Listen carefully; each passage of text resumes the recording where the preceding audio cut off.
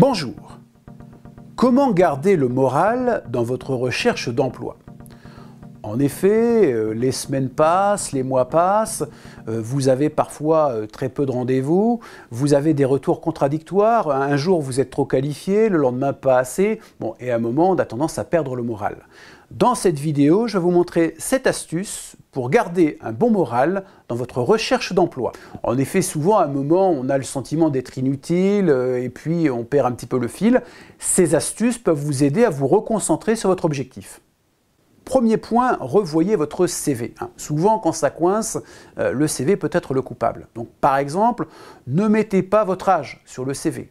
Autre exemple, ne mettez pas votre adresse postale, parce que notamment si vous êtes mobile, ça peut être un frein pour les recruteurs. Testez différentes choses.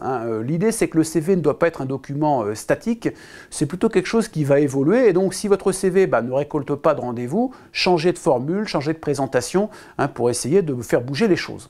Deuxième point clé pour garder un bon moral, faites du bénévolat. Pourquoi? Parce que souvent, ce qui mine les candidats, c'est le fait de se sentir inutile. On se dit, mais je ne sers à rien, je ne fais rien, je ne produis rien. C'est difficile à vivre pour soi-même, vis-à-vis de son entourage, de sa femme, de ses enfants.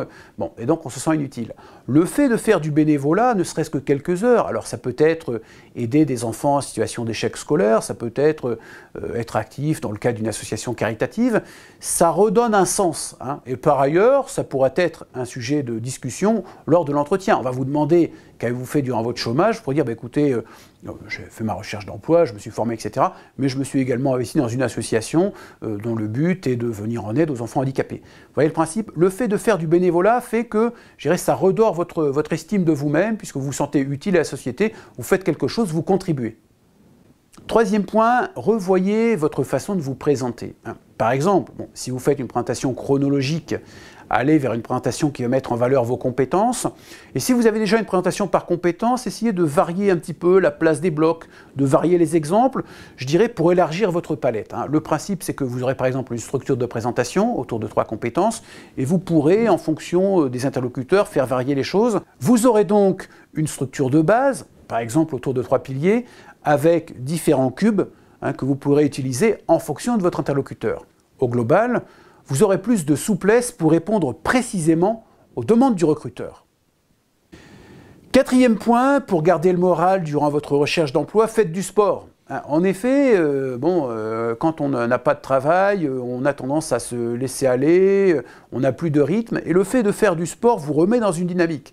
En un sens, c'est un petit peu faire croire à votre cerveau qu'il se passe quelque chose, donc faites du sport, de la marche, du vélo, de la natation, ne serait-ce que quelques heures par semaine, ça va vous remettre en forme et ça vous met dans une dynamique, vous voyez, ça relance la machine. Donc faites du sport. Cinquième point, pour garder le moral au top, travaillez les exemples que vous allez donner en entretien. Par exemple, livrez-vous un petit exercice qui consiste à se dire, voilà, sur ce poste-là, où je suis resté 3 ans par exemple, quelles ont été mes réalisations marquantes. L'idée, c'est que raviver ces souvenirs de succès va vous remettre dans l'ambiance et va vous permettre d'être plus efficace, plus actif. Autre point, vous pouvez par exemple tenir un journal pour marquer vos succès, vos avancées.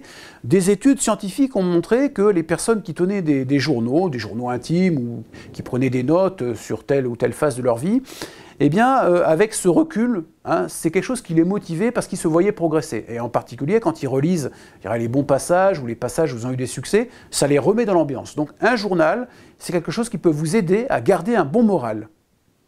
Autre point, ne restez pas isolé. Rejoignez par exemple une association professionnelle, un groupe de cadres, un syndicat professionnel dans votre domaine.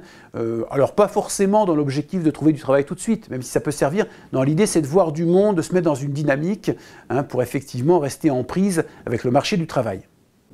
En conclusion, je dirais que souvent on se démotive parce qu'on rentre dans une routine. On fait les mêmes choses, on n'a pas beaucoup de résultats, et donc on s'enfonce dans sa routine. Donc se remotiver, c'est tester des choses nouvelles qui ne sont pas forcément spectaculaires, mais qui vont créer une énergie, qui vont redonner une dimension à votre recherche d'emploi. Donc testez des choses, essayez de casser la routine pour maintenir une dynamique dans votre recherche d'emploi. Je vous donne rendez-vous sur mon site entretienembauche.tv. À très bientôt et gardez le moral.